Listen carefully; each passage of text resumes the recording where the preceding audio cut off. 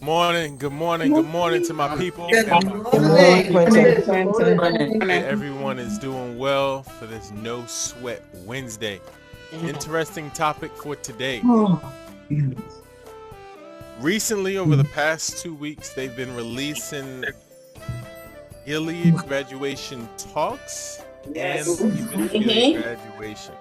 If you have seen it, what are some points? Just what is one point that you appreciated from one of these Gilead graduation talks? We're not gonna do I like this talk and this one too, and then but one more. We're not doing that. A lot of people here, so we're gonna share one point that we enjoyed. If there's enough time, we'll go around for seconds. But if there was one point that you enjoyed from these talks, please share. We're gonna go through our upper body first, as always. Let's get into it nice and easy, nice and smooth. Coco Chanel. I think my personal favorite was when they were talking about Abraham and Lot. In the case of that, I used to be very dogmatic about Lot. I used to think, he's so materialistic. But it made me think about a different perspective of it all. And it taught me to give people the benefit of the doubt even more. I used to think that I could do it all the time, but I don't want to prejudge or anything. Go left and right. That's what really stuck out to me. Great point. Mr. Haley. 5, 4, 3. Joel Kelly, Left Alone. Oh my goodness. Yes. Over the top, let's go left and right. So I just have to realize, if I have any accomplishments or anything, and Jehovah's going to leave me alone and test me, but hopefully he'll I try to autocorrect like Hezekiah did. But I appreciated that so much. What did that mean? Jehovah left him alone. He just stepped back. Wow, that was deep. 3, 2, 1. Those are all the hands we have. I appreciate you all. Yeah, thank you. Let's go back and forth.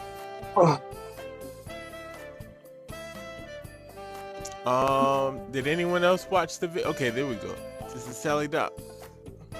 Well, the one with Lot and Abraham, I never thought that Lot could have been the older one, and that's why he got the first choice. Who would have thought? 2 and 1. Let's roll it back. I mean, that was the farthest thought from my mind.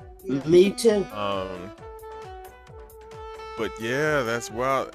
I mean, some of us, especially, I guess, in the South, the F, where a lot of people grew up in families of 10 or more children, they may have nephews or nieces that are older than them, where the oldest child and their parents were pregnant at the same time. 3, 2, and 1. Let's go forward. I can't imagine 10 or more. Ooh, my back started hurting just thinking about it. My mom had 12. JP, so y'all understand what I'm talking about.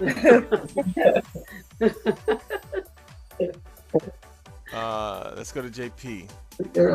Well, one of the talks, I remember that how important it is for me to read the Bible every day and follow it, and to remember to protect my heart.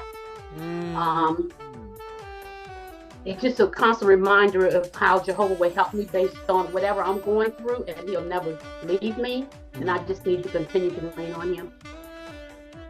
I love it. That was Are You Worried by Brother Pierre Christensen. That talk right there. Yes. 2, 1. I couldn't sleep last night, so I listened to all of these talks. So that's why it's fresh in my mind. I was like, you know what? That's an easy topic for today. He said, in case someone else brings it up, I won't go there. So, Sister Griffin, 5, 4, 3. Good morning, everyone.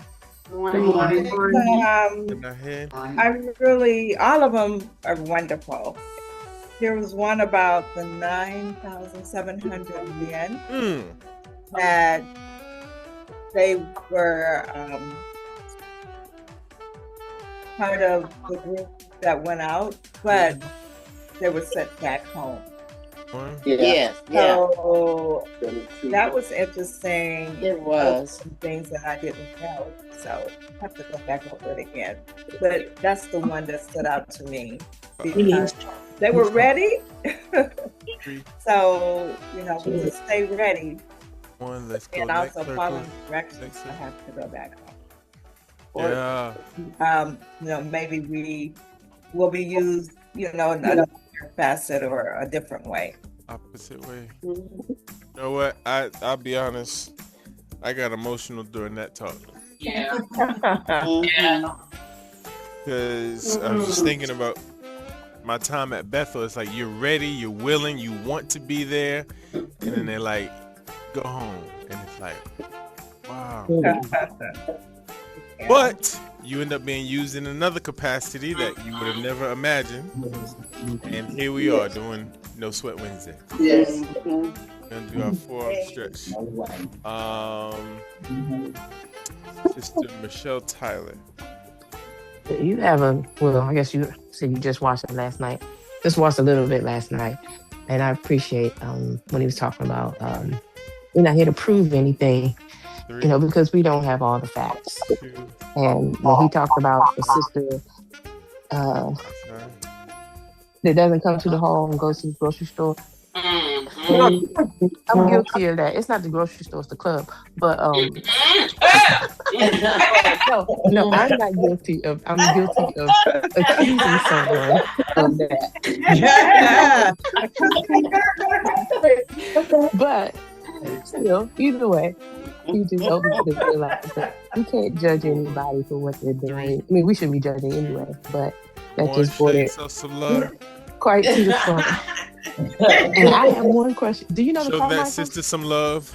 Do you know the Carmichaels? We love you, sister. We love you, Michelle. Yeah, he's extremely tall, so everybody knows him. Yeah, he gave a memorial talk at our hall years ago. And when I saw them, it helped me reconnect to some friends too.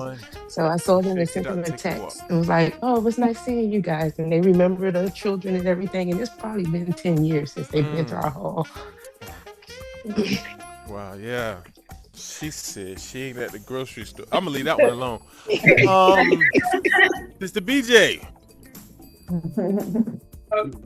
The sister that spoke about the 9,000, that was one that stuck out to me too. And I thought about you when I was listening to it too.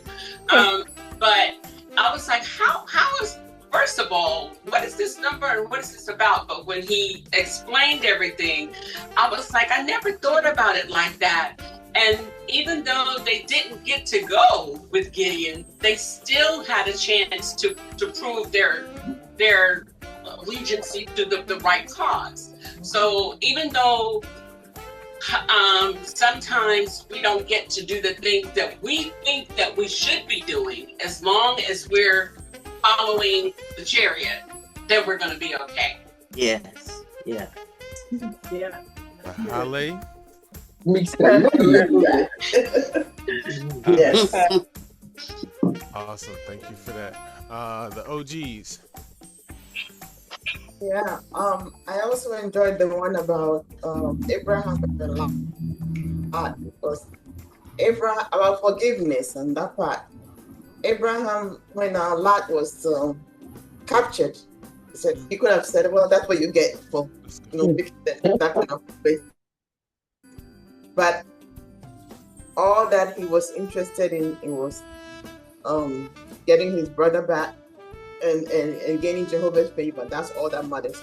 And so we should have the same attitude. You know, someone who so true gets something that we have, and something happened to them. We don't talk or think that they got what they deserve. So pity, love, and forgiveness. Thank you for that. Next up, we have Sister Maria. Morning. Great. So like the others, the 9,700 men. we fail to appreciate because we focus on what we wanted. So whatever we assign, we want to look for the blessings that are afforded to us. But then while we were looking at the talks, it so happened that while we were at meeting that day, a sister's house went up in flames. No. Oh, wow. So when we were looking at the talks, one of course spoke about neighborly love. And here's the opportunity we have now to show love to our sister. No, it wasn't just her home, it was her sister's home as well, who bought all new furniture, refrigerator, come on. furniture, and it all went up. Her sister isn't a witness, her daughter isn't a witness, her son, her daughter's fiance isn't a witness. So here there's an opportunity we have now to demonstrate the love among Jehovah's people. So of course there are many talks we benefit from, but then based on situation, some of them come to mind and really resonate. Wow. Yeah. And even that watchtower last week about this Jehovah cause the calamities that we go through. How timely is that? Wow. It was that same day we were doing the watchtower.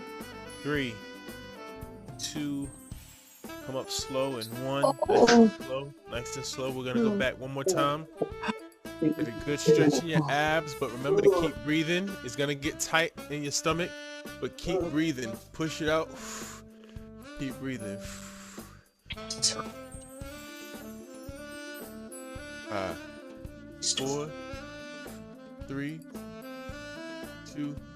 And if there is any way, please don't get mad. Let's go to Mr. Hayes. I like the talk dealing with the brother that wanted to go to Bethel, and he finally got accepted, and then he got injured, had to go back home, and he prayed to get back to Bethel, and it took him 5 years to get back. When he got back to Bethel, he realized that he missed the opportunity to pioneer with his mother and sister. So everything, it can be a blessing, but then you look at what you missed out on as well. Yes, I like that one too. Yeah, that point was good because I was thinking, of course, my heart was still at Bethel when I had to leave, but man, the memories I've had to make with my parents here, memories that I've gotten to make with y'all, these wouldn't exist. These before and afters and these transformations. Yeah. Maybe I would have figured it out another way, but to have these experiences, it's like, man, you know what? Wherever you are, there are blessings if you look for it. Yes. You wouldn't have got a chance to meet me. And that was worth it all right there. That was worth it all. If they would have told me you have to leave, but one day you're gonna meet Sister Regina, I would have said, all right, pack my bag. Pack my bag. Bishop. 2 and 1. Show yourself some love. Sister Cooley. Yes, I enjoyed I enjoyed the talks, but I enjoyed the talk particularly this week on the service meeting. And when he was talking with a brother from Bethel, and he was talking about things that could hinder us from the kingdom. And it was like, especially the point that he brought out about these people who are protesting. He brought out how Absalom was leading a protest. And I had never put Absalom in the line with these people protesting, but that's exactly what he did, protest against his father. And the people joined him. And he caused a lot of, hate for David and everything just by protesting. So our hearts can change if we would join protests, or either we take favor to some type of political offer that they offering to do, or something like that. So we can really let our hearts can change if we get involved in these things, these protests. I thought that was a very good talk. Yeah. And peace and security, don't worry about that, because that's, they ain't about getting no peace and security. Jehovah and Jesus. The Odedaberg. 3, 2, 1. And if you're riding a motorcycle, if you could just put yourself on mute. The talk I really appreciated was give them the benefit of the doubt. Because what that sister, before he explained the situation, I understood exactly why. Because I suffered chronic pain. And for me, that part healed something in my heart because I still have the words of someone that said to me, I can't believe you were out in service yesterday, but you didn't bother to come to the Sunday meeting. Wow. Oh. Wow. What is hurtful is at that time, I only had energy for one or the other. I don't tell anybody. I only had energy for one or the other at that time. If I going out in service, I knew I was getting the meeting on the phone. I couldn't make it out. But for me, that healed a little piece of my heart. You be outside. That's what I didn't tell nobody because that. But for years and years and years, that bothered me so bad, and I didn't feel like I was wrong. But when someone accosts you like that, it's painful. And Brother Splain, I love because he gonna tell you what you're doing right, and he gonna tell you what you need to work on with all of his time. But that was good. That part was good for me.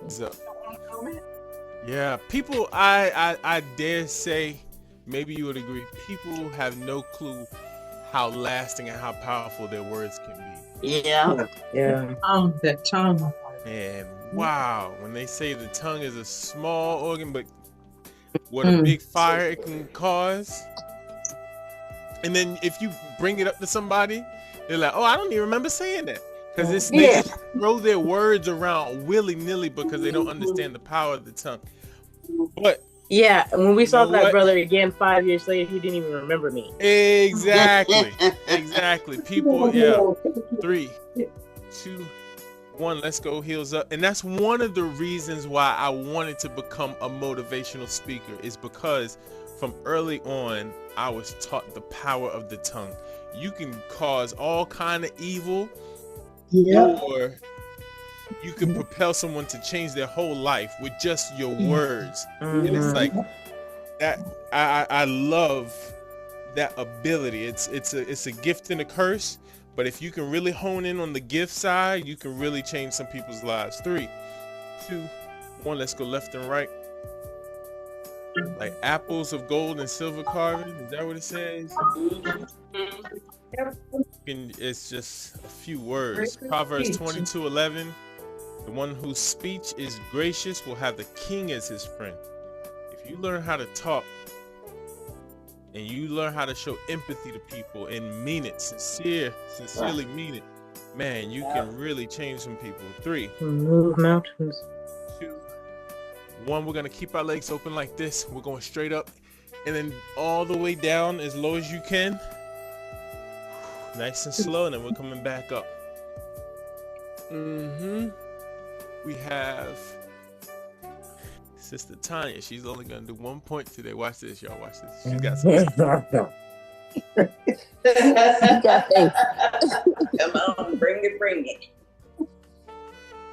That was, actually it was about some of the comments that I've been hearing about these talks. But the thing about Sister Cooley said about the protest, when I was much younger, they wanted me to be the captain of the debate team. 3, And even back then, I knew it was it could be a game changer because it can affect your heart. 1. Even if you not step over this wire real quick. If you got this part, or if you're on the pro or the con, you still. I mean, I just didn't. That protest thing never did feel right with me. I never did like it. 3. Never did like that particular concept. I thought that was a great thing when Sister Cooley brought out. And then with you leaving Bethel, my brother, you say some of us probably would have figured it out without this program. But I think I might have been one of the ones satisfied with my weight loss and not thinking about toning my body. and getting all this extra strength and all the things that I'm getting now from this program. So I think you may have missed out on your opportunity that other brother did to pioneer with his sister and mom. You would have missed out on this. And Regina. And Regina, don't forget it. Don't forget it. That's the real reason why Jehovah had to leave. That's the real reason he sent me home. 5, 4, 3, 2. I'm gonna release it first. 1, release it, and step out and switch. Does everybody understand what I mean by release it? Let's put it down and let's go forward. I hope everyone gets that. You sure feel it. You feel it release. Yeah. We don't want to just step out of it. We want to let it come back to us. Normal state. 5, 4, 3, 2. We're gonna release it again with that stretch, and then step out of it. We're gonna hop in this chair real quick. Sister Iris. Y'all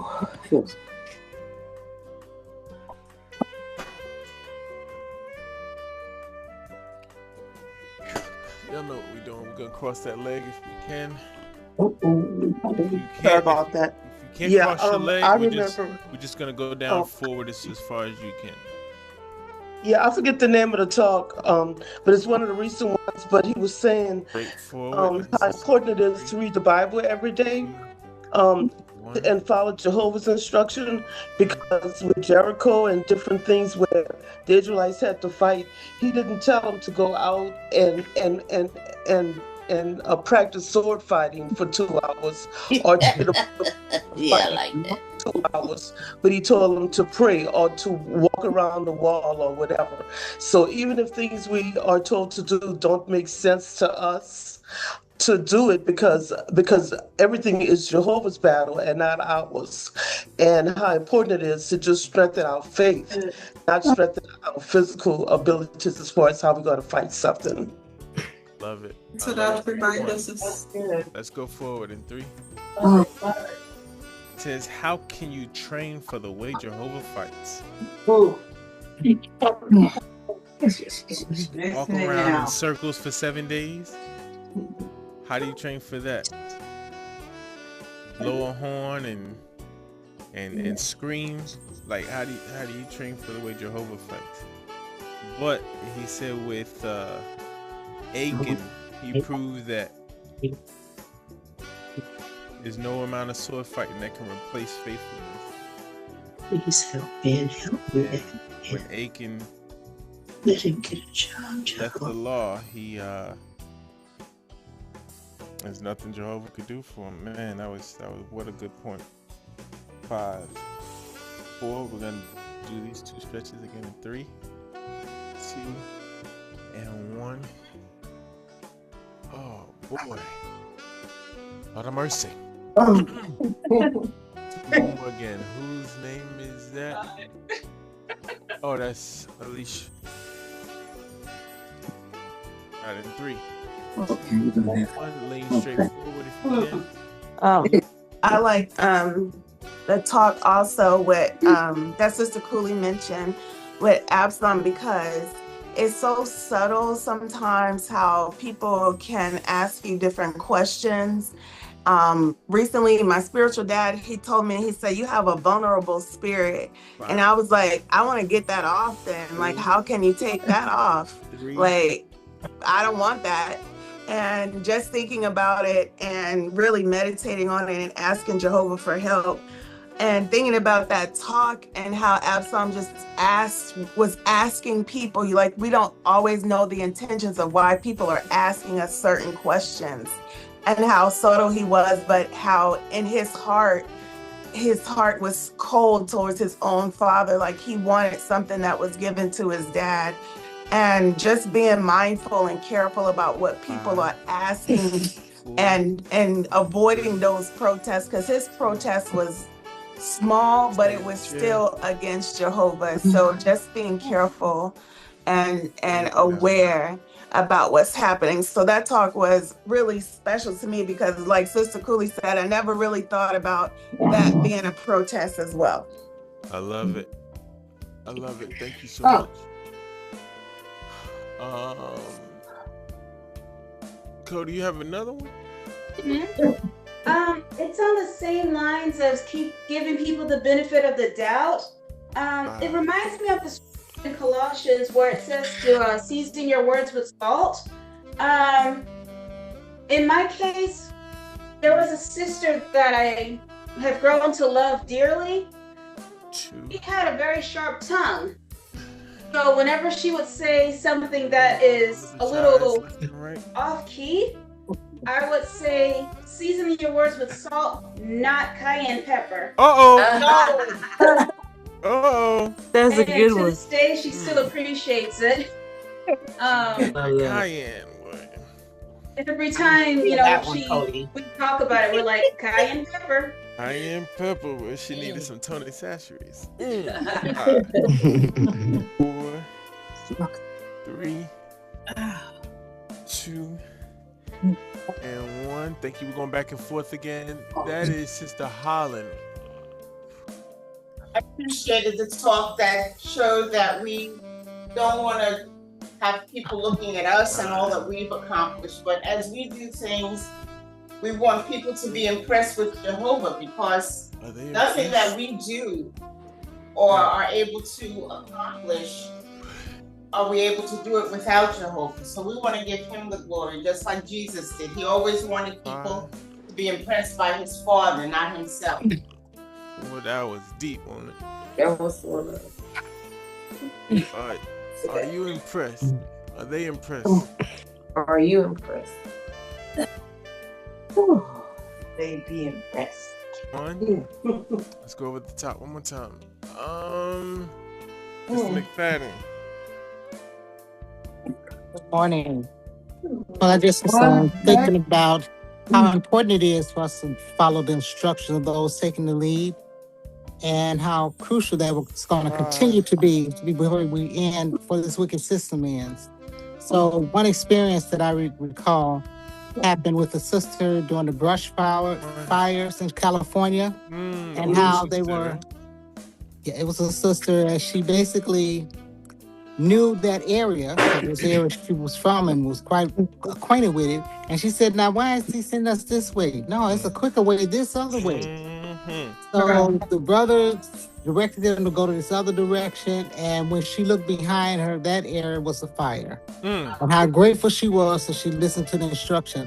And some of us are going to come to that reality too, that now is the time to get your heart set and follow the director of those taking the lead. Not to brush them off, but to follow them. I love it. I love it. Sister Carson. Chauncey. Hey, Tony. Everybody else. My comment is actually in harmony with, I think it was Ron and Iris, with Joshua, when he was going to be taking the lead over Jehovah's people in place of Moses. And I love the fact that he said not 2 years of sword fighting, but he said, observe carefully the entire law. And that resonated with me, because we're about to, the Great Tribulation is coming. So the most important thing that I really need to make sure that I have unlocked is my relationship with Jehovah, and his, starting with his word. So I really like that, because sometimes you think like, ooh, how can I prepare? How can I prepare? That's one of the best things that I can do to prepare for whatever's coming. Excellent point. Excellent point. Crazy fact. Time flies when you're having fun. Oh, wow. Believe that? No. Man, I feel like it just started getting juicy. It just started getting, you know what? We'll do one more. I beg of your pardon. We'll do one more. Sister Rita, not LeBron. Good morning. Good morning. Good morning, everyone. I just wanted to also add on to the talk about Absalom and him protesting. And sometimes you may think, okay, I won't go out and picket and show that I'm protesting, but we may be protesting in our hearts. And that's even deeper because we're not following Jehovah's way of doing things. And we don't realize it, that we're all involved in the world.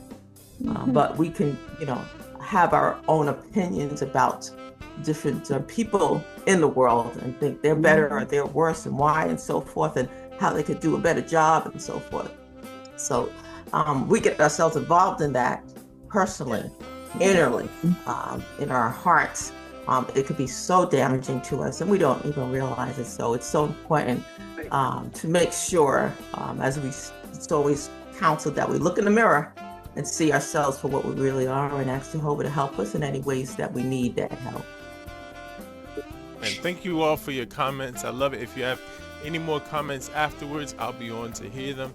But for now, we're going to wrap this one up in 5, 4, 3, 2, and 1. We just got moving. Everybody. Thank you.